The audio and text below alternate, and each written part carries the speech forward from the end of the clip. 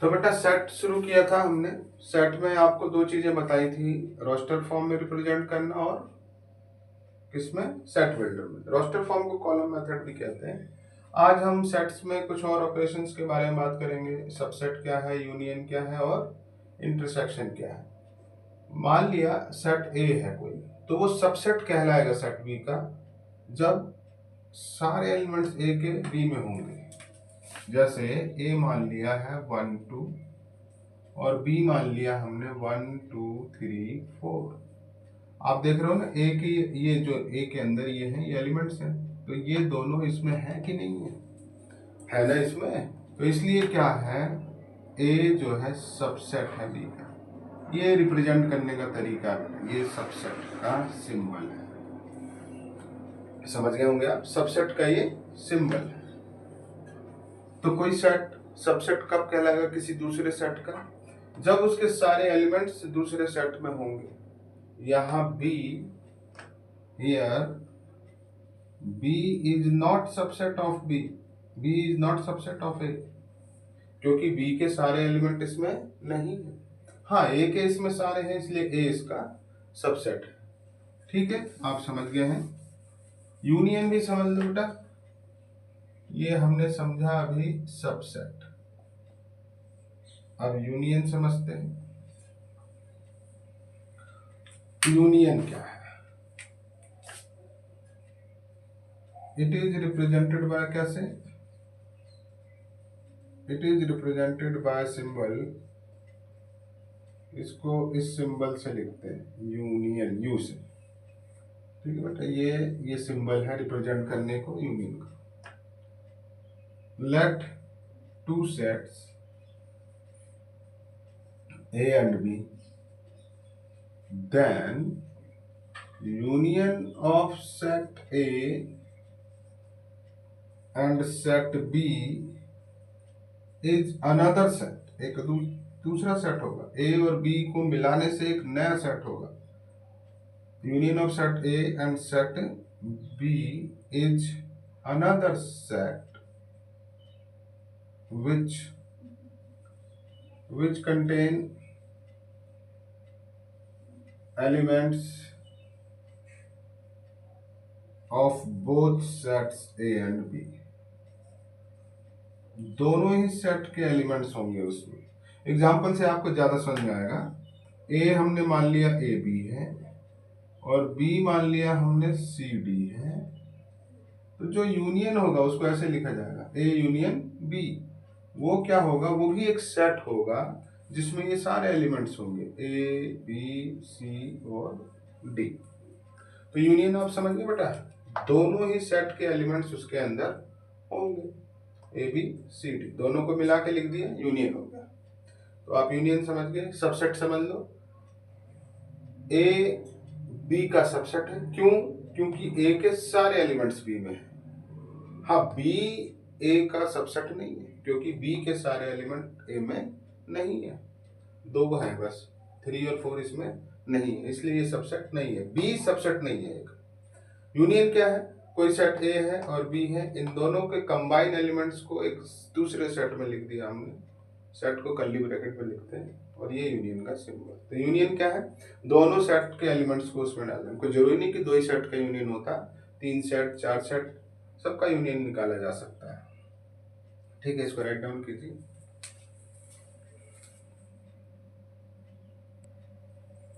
ये कुछ स्टेटमेंट्स हैं, आपको बताना है कि ये सही है कि नहीं है, कौन से इसमें सही है। n belongs to, n is subset of z। n क्या होता है बेटा, नेचुरल नंबर्स होते हैं, पता ही, set of natural number, set of natural number होता है n। और n क्या है आप जानते ही हो, 1 2 3 डॉट डॉट डॉट।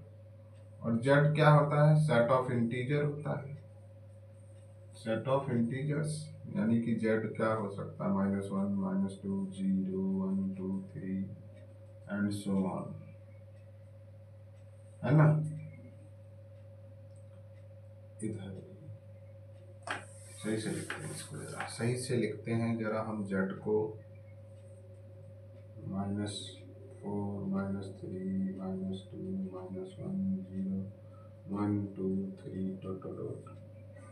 तो ये इंटीजर का सेट है। क्या n सबसेट है z का? क्या ये सारे एलिमेंट्स n के इसमें होंगे? हाँ होंगे। 1 2 3 तो है ही, माइनस वाले नहीं है। तो भाई डेफिनेशन तो सबसेट की यही है ना कि इसके एलिमेंट्स इसमें होंगे तो ये इसका सबसेट होगा। तो n is subset of z is absolutely true. ठीक है। अब क्या z सबसेट है n का? तो भाई 1 2 3 तो इसमें है, लेकिन ये माइनस वाले जो नंबर्स हैं वो तो नहीं है n में। तो ये जो b पार्ट है बेटा, z is subset of n, ये फॉल्स। क्यों? क्योंकि z नहीं आ पाएगा किसमें, नेचुरल नंबर। अब जीरो सी, जीरो क्या 1 2 3 से बिलोंग कर रहा है इसमें? जीरो नहीं, तो सी भी बेटा आपका फॉल्स है, ये भी आपका फॉल्स है। और डी, डी भी देख लो 2 4 6, 2 4 तो है, 6 नहीं, तो ये इसका सबसेट नहीं है, यानी कि डी भी ट्रू है। डी जो है वो क्या है, ट्रू है, क्योंकि सबसेट नहीं है। बिल्कुल बात सही है कि ये इसका सबसेट नहीं है, क्योंकि इसका जो 6 है वो बिलोंग नहीं कर रहा है। भाई ये ट्रू है। क्यों? रीजन में आप लिख सकते हो 6 does not belongs to, 6 does not belongs to what? 2 4 8, ऐसे लिख लो। ये जो 6 है बेटा वो बिलोंग नहीं कर रहा है 2 4 8 से। और बाय द डेफिनेशन क्या है, सबसेट तभी हो सकता है इसका जब ये सारे एलिमेंट्स इसमें होते, और ये सारे एलिमेंट्स तो नहीं, 6 नहीं है, इसलिए ये जो स्टेटमेंट दिया हुआ है वो ट्रू है। ठीक है, समझ गए बेटा। और नेक्स्ट क्वेश्चन करते हैं।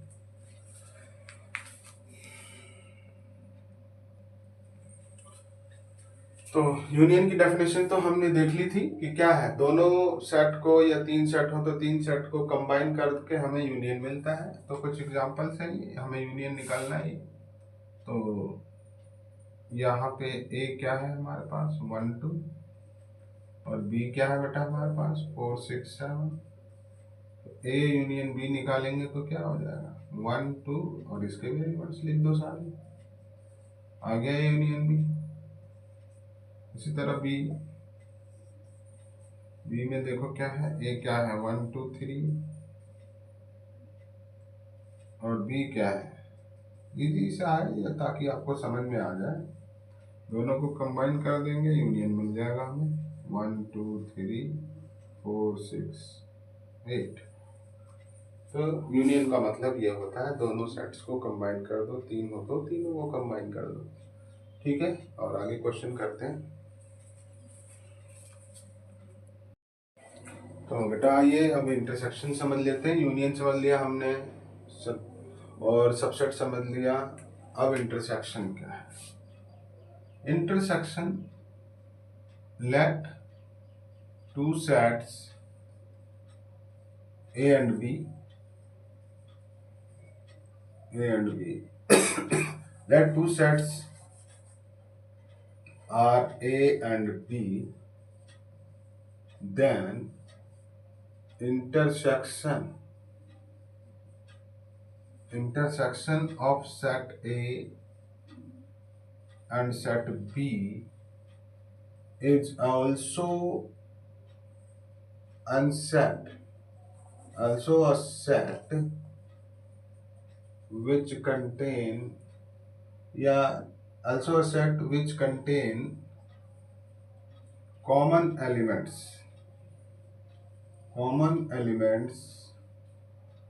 of A and B। Definition आपने समझ ली होगी, नहीं फिर समझा ही रहा हूं मैं। दो सेट्स हैं ए और बी, तो इंटरसेक्शन जो होगा ए और बी का वो भी एक सेट होगा जिसमें ए और बी के कॉमन एलिमेंट्स होंगे। एग्जांपल के लिए मैं आपको दिखाता हूं एक, ये 1 2 है, बी मेरे पास 2 3 4 1 ऑर्डर कुछ भी हो सकता है। इसमें जरूरी नहीं कि सारे असेंडिंग में या डिसेंडिंग में रहते हैं, एलिमेंट्स हैं, कहीं भी कोई भी रह सकता है। तो मुझे अब लिखना है क्या, ए इंटरसेक्शन बी, ये सिंबल है बेटा इंटरसेक्शन का। तो जो कॉमन एलिमेंट्स है वही इंटरसेक्शन है, 1 2 1 2, तो ये इंटरसेक्शन है, मतलब कॉमन होना चाहिए। एक और एग्जांपल से समझ लो, ए एक सेट मान लिया सी डी और बी एक सेट मान लिया डी ई एफ, तो ए इंटरसेक्शन बी जो होगा क्या होगा, जो कॉमन एलिमेंट्स होगा, तो दोनों में क्या है, डी है, डी लिख दिया, दोनों में कॉमन क्या है, डी ही तो है। तो जो कॉमन एलिमेंट्स हैं वही क्या है, इंटरसेक्शन। तो आप समझ गए होंगे इंटरसेक्शन। ठीक है, कुछ एग्जांपल्स और कराते हैं।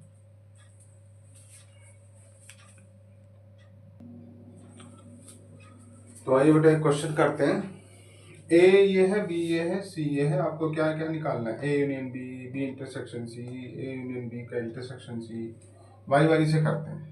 तो सबसे पहले ए यूनियन बी निकालते हैं बेटा हम, ए यूनियन बी। तो आपको पता है ये यूनियन क्या होता है भाई, इन दोनों को कंबाइन करके लिख देना, यही तो यूनियन होता है। कंबाइन कर दीजिए, ए बी सी और पी क्यू, आ गया हमारे पास ए यूनियन बी। फिर क्या निकालना है हमें, बी इंटरसेक्शन सी, यानी कि अब इंटरसेक्शन में कॉमन वाले ले लें, तो बी और सी में जो कॉमन है वही एलिमेंट्स इसमें आएंगे। देखो इसमें ए है, इसमें भी ए है, इसमें पी है, इसमें भी पी है, और तो कोई कॉमन नहीं है, नहीं है भाई, बस दो ही कॉमन है, ए और पी। ये आ गया हमारे पास बी इंटरसेक्शन सी। सी क्वेश्चन क्या है, ए यूनियन बी, तो पहले ए यूनियन बी निकाल लेते हैं, वो निकल ही रखा वैसे भी, ये देखो ए यूनियन बी क्या है, वो A B C P Q. फिर उसका इंटरसेक्शन करना है सी के साथ, तो सी क्या है हमारे पास, सी है ए पी आर एस। अब भाई इसका इंटरसेक्शन ए यूनियन बी का सी के साथ, अब इन दोनों में कॉमन देखना है बेटा आपको, ए यूनियन बी और सी में। ए यूनियन बी का इंटरसेक्शन सी से करना है, ए यूनियन बी हमने निकाल लिया, सी दे ही रखा है ये आपको। अब इन दोनों में जो कॉमन है वो ले लेना है, एक तो ए है और एक पी है, और तो कोई नहीं है, नहीं और तो कोई नहीं है। ठीक है, तो आइए बेटा थर्ड पार्ट कर लेते हैं, थोड़ी सी डिस्टर्बेंस हो गई थी, ए और बी हो गया था, सी क्वेश्चन डी की बारी थी। तो ए इंटरसेक्शन सी देख लिया हमने, ए इंटरसेक्शन सी, ए और सी में जो कॉमन था एक ए ही था। बी इंटरसेक्शन सी, बी और सी में जो कॉमन था ए और पी लिख लिए। फिर इन दोनों का यूनियन, ए इंटरसेक्शन सी और बी इंटरसेक्शन सी का, जो दोनों में कॉमन हो, ए और पी। ये दो बार ए नहीं लिखा जाता बेटा, अगर एलिमेंट्स रिपीट हो रहे हैं तो वो एक ही बार लिखा जाता है, ए इसमें भी है इसमें भी है, तो एक ही बार लिखोगे। ठीक है, तो ये कुछ एग्जांपल्स रहे, और आगे वीडियो बनाएंगे नेक्स्ट, उसमें और आपको क्वेश्चंस कराएंगे, नेक्स्ट टॉपिक भी कराएंगे। यूनियन इंटरसेक्शन हो गया, अभी बहुत सारे हैं चीजें सेट्स के अंदर, डी मॉर्गन थ्योरम वगैरह है, वो नेक्स्ट वीडियो में कराऊंगा।